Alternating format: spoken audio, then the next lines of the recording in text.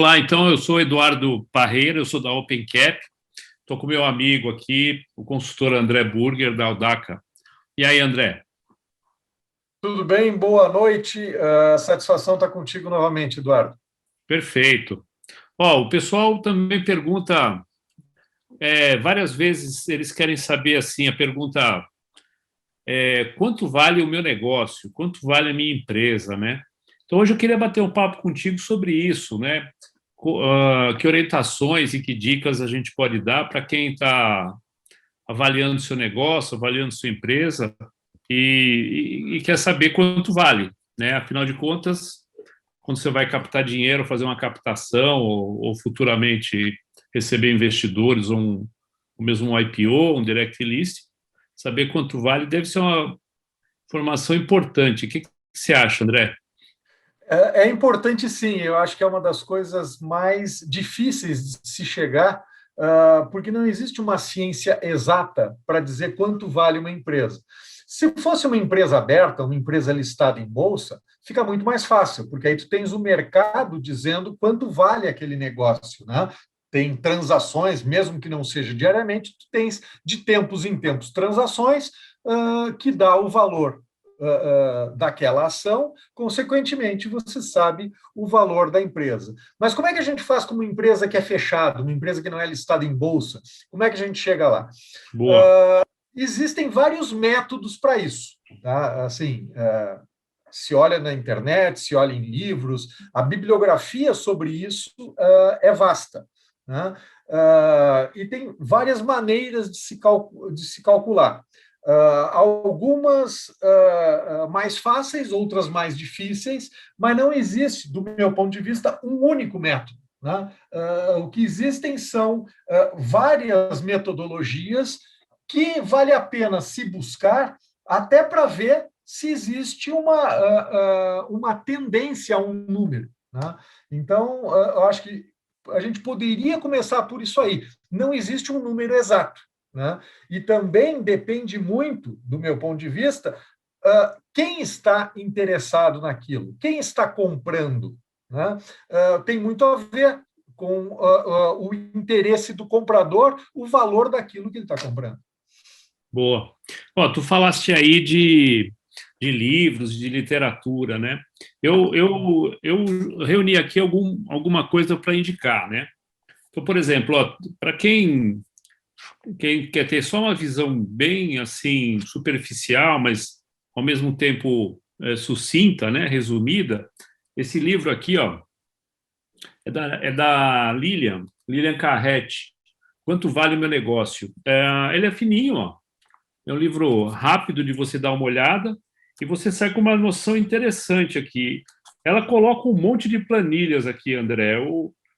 O que que você sugere que o empresário deveria reunir para ele começar a ter uma informação ou algum parâmetro, né? Já que não tem assim um valor ou um método só, o que seria bom o empresário reunir, na tua visão, de maneira que ele pudesse apresentar para tentar dar algum parâmetro de valor? Penso que a base de tudo, ou pelo menos quem é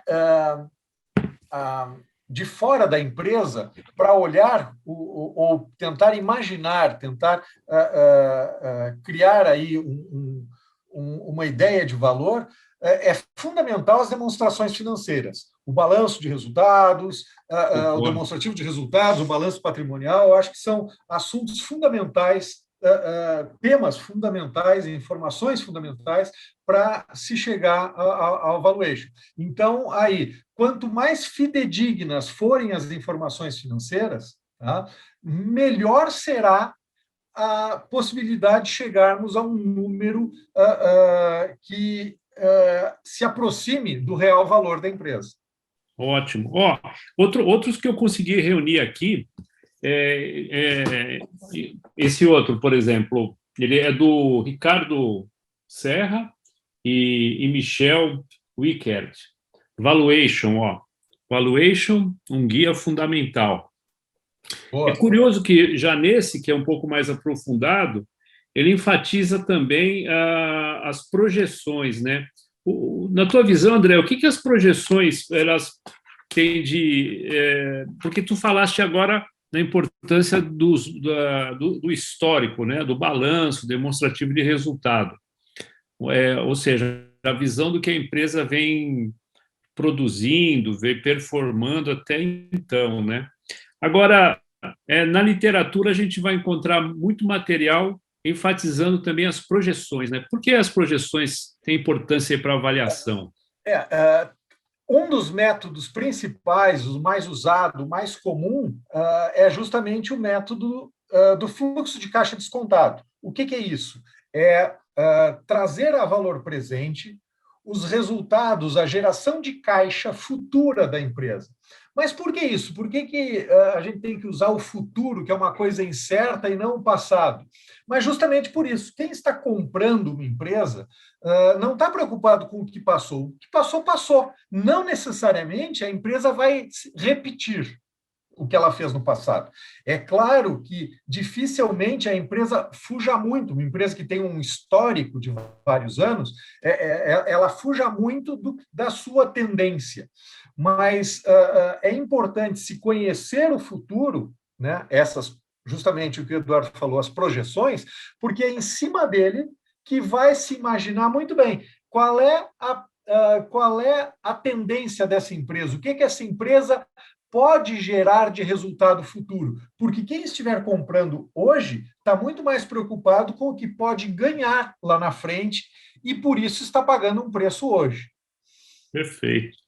Outro que eu achei interessante aqui no mercado, é esse aqui do Alexandre Neto. Alexandre Neto Valuation, métricas de valor e avaliação de empresas. Aqui, o André, ele já comenta de métricas. Ele, além do fluxo de caixa descontado, que tu falastes bem, ele também fala de múltiplos, né? Fala um pouco sobre essa questão de avaliação por múltiplos e algo assim. Ele aborda bastante isso, né, nesse livro. Bom, aí tu também, obviamente, tens até mais experiência que eu, mas vamos começar por aí. Múltiplos na verdade, a avaliação por múltiplos é um guarda-chuva bastante amplo. Quando se fala em múltiplos, na verdade, se fala em números outros semelhantes que a empresa possa atingir. Por exemplo, quantas vezes vale um faturamento ano, uma empresa vale seu faturamento ano? Tem alguns segmentos de mercado, e eu tive a oportunidade de atuar em algum deles, por exemplo, o setor de varejo alimentar, supermercados. É muito conhecido este número, se fala ou se falava, porque isso também muda de tempos em tempos, que um supermercado vale de 40% a 60% das suas vendas anuais. Interessante. Tá? Por exemplo, rede de postos de gasolina é um múltiplo do volume de combustível transacionado num ano. Tá? Então, quando se fala em múltiplo, se fala em múltiplos de alguma coisa. Pode ser múltiplos de vendas, pode ser múltiplo de lucros, muito comum, e o mercado financeiro tende a usar, porque é de fácil cálculo, de fácil entendimento, o múltiplo de EBITDA, né, que na verdade é o lucro operacional, né, ou seja, é a geração de caixa. Então, assim, tem vários conceitos de múltiplos, tá? E que permite avaliações diferenciadas. E alguns setores são conhecidos por usarem múltiplos específicos, que é daquele setor, o pessoal já está acostumado com aquilo e assim vai. Eu, por exemplo, eu participo num conselho de administração de uma empresa de nutrição animal. Lá se fala em múltiplos de tonelagem. Por quê? Porque o principal produto dele, principal matéria-prima, que representa 80% do custo do negócio, são commodities. Então, assim, a tonelagem é importante. Tá? Perfeito. Quer dizer, a gente entende, então, que cada setor ou até segmento vão ter métricas, né, como eles também falam bastante na literatura, distintas, né? O que faz sentido, às vezes, um múltiplo, digamos, que faz sentido num segmento, não vai fazer tanto no outro. É daí que fecha o assunto quando tu dizes assim, não há um método único, isso vai variar muito de setor, de empresa e até de porte, não é isso? Sim.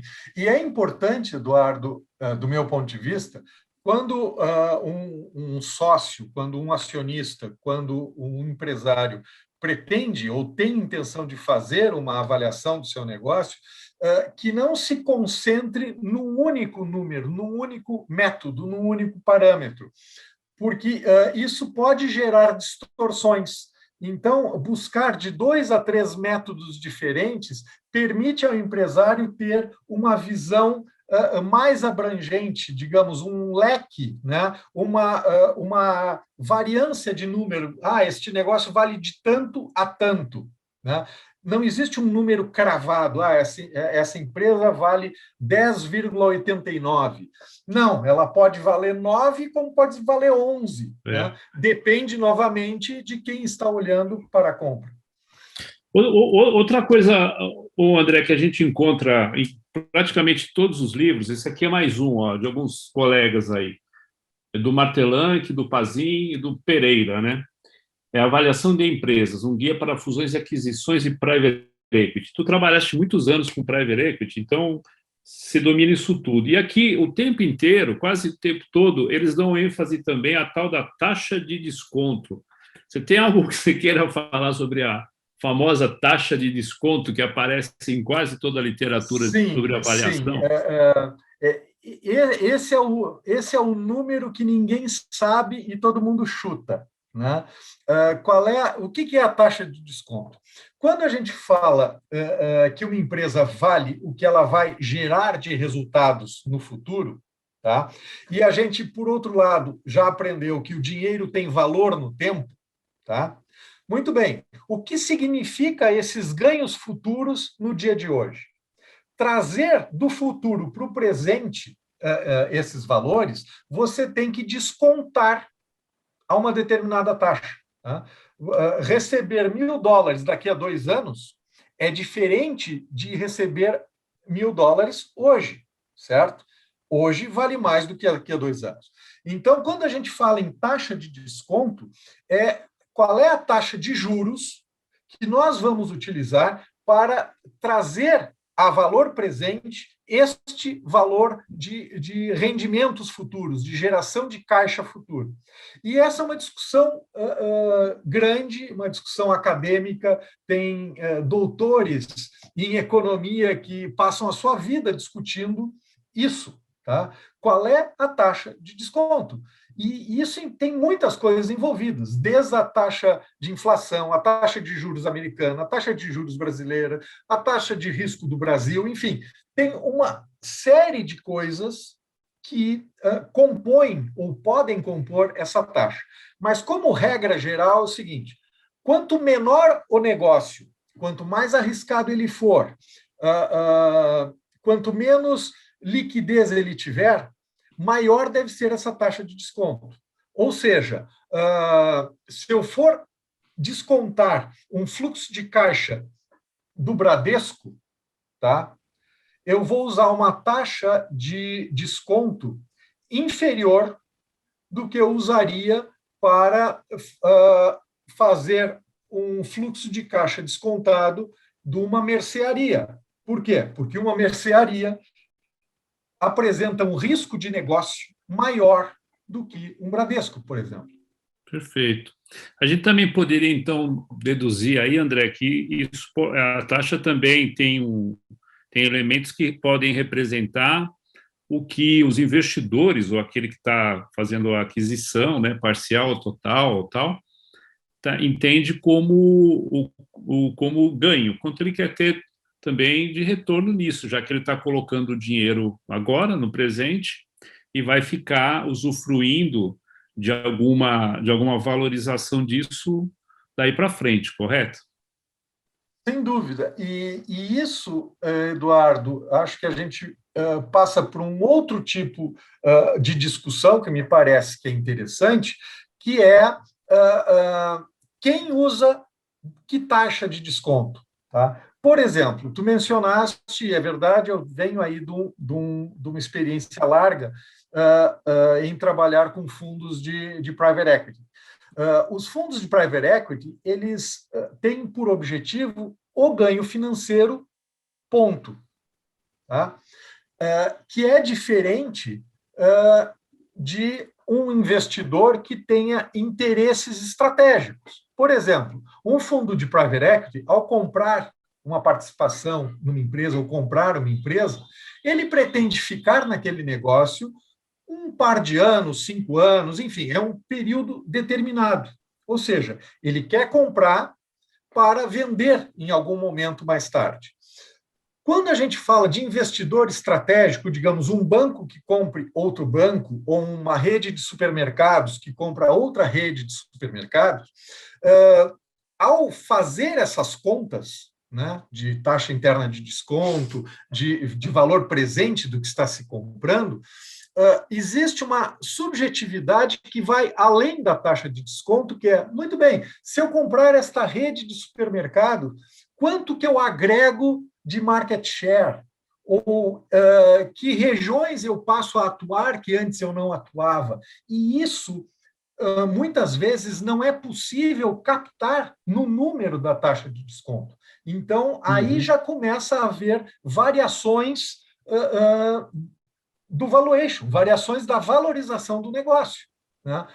Um investidor financeiro tende a pagar menos do que um investidor estratégico, até por causa dessas questões. Ótimo, excelente. Bom, e aí eu acho que a gente podia fechar falando um pouco, né, também, claro, de maneira ainda superficial, porque a gente não tem aqui, acho que o espaço e o tempo e até a ferramenta necessária para aprofundar muito nessa questão do valuation, né?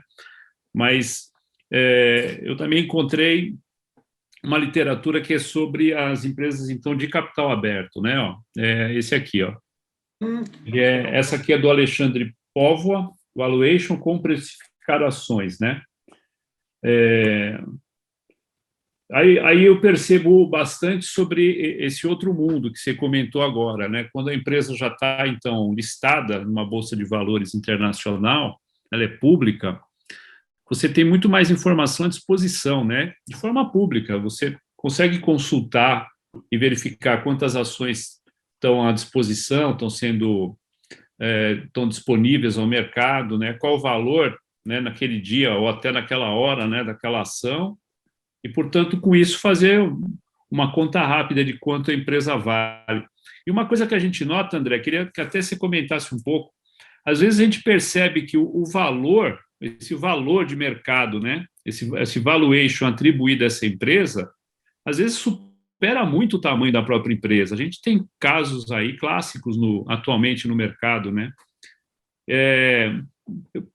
Vamos falar um pouco de por que tem esse fenômeno, né? Por que uma empresa, muitas vezes, de capital aberto vale muito mais do que, aparentemente, os métodos, esses vários, né?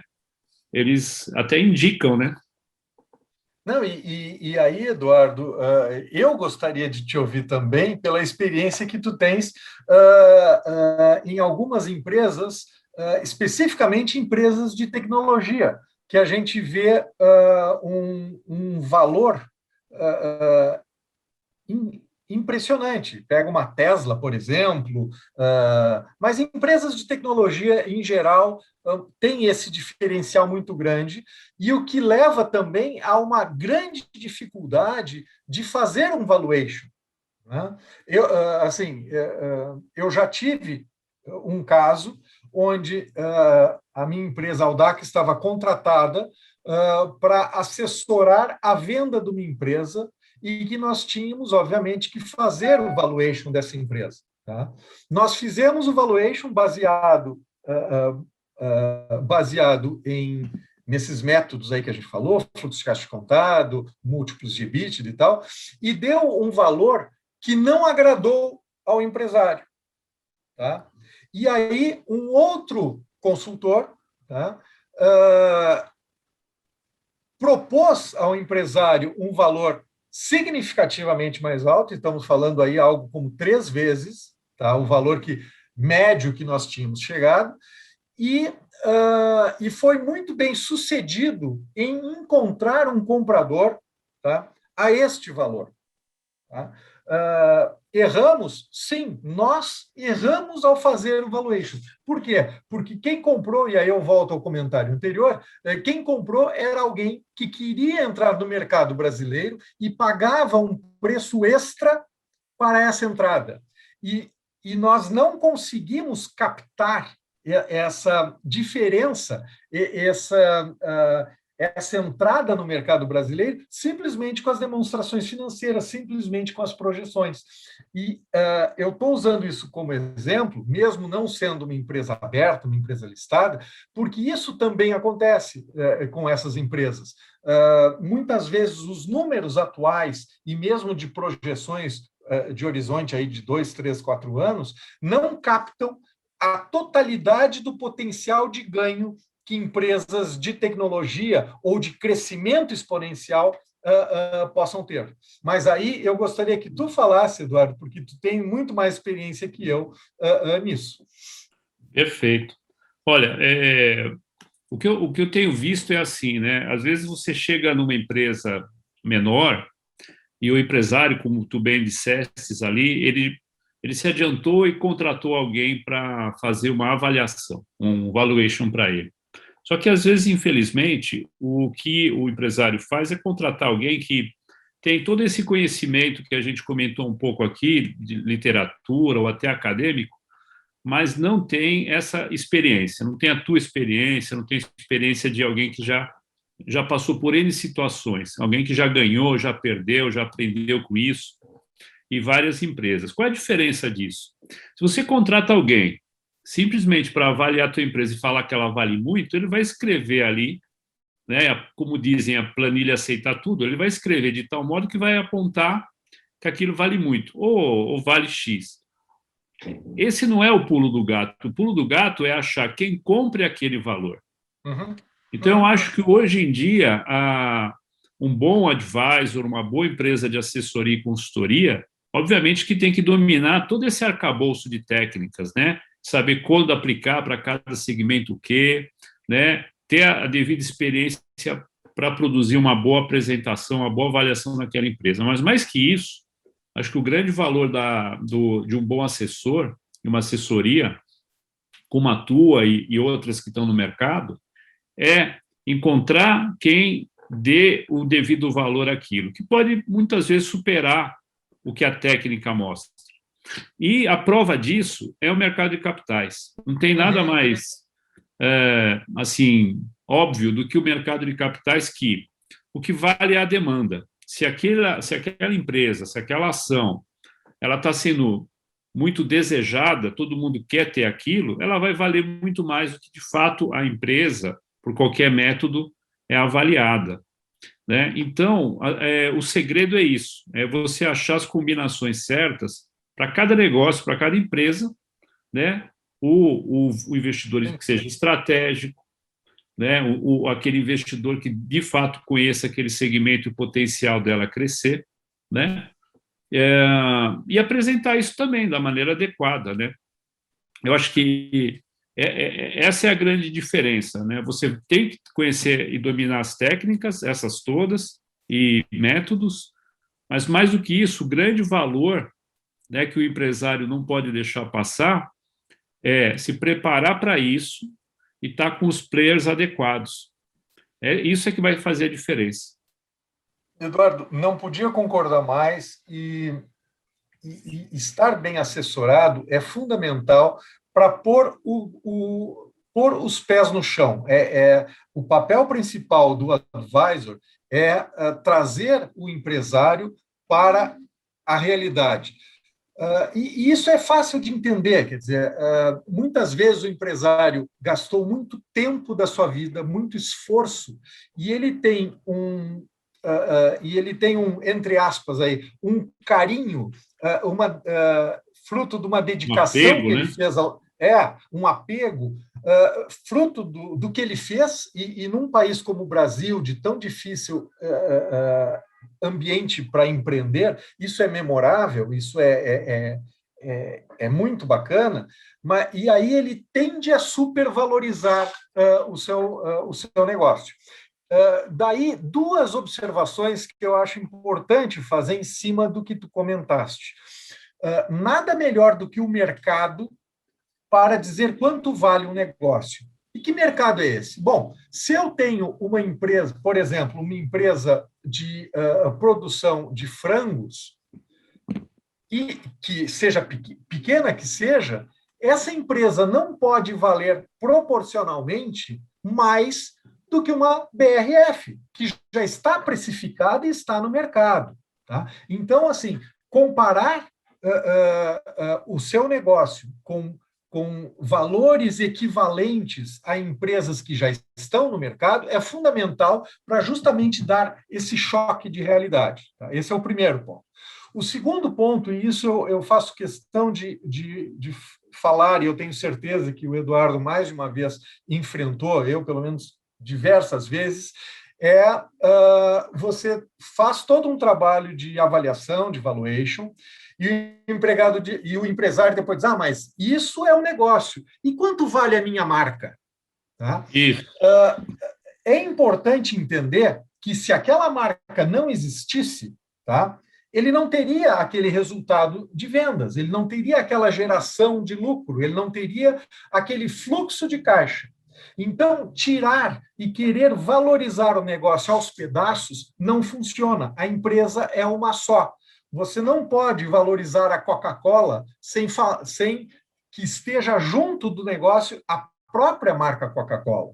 Então, não existe isso de valorizar o negócio e agora vamos valorizar a marca. Não. Aquela marca foi importante, é importante, para gerar aquele fluxo de resultados, aquele fluxo futuro de caixa da empresa. Perfeito.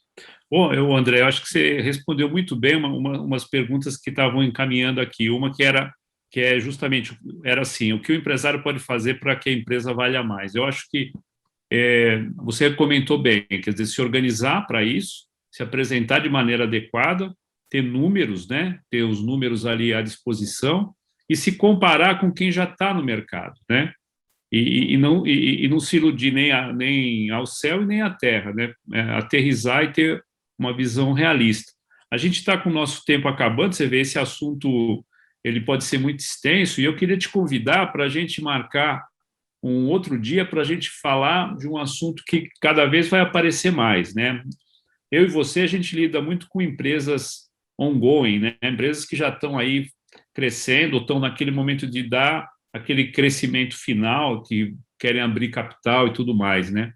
Só que a gente é muito procurado por empresas que estão no início, estão em outro estágio ainda, né? Uhum.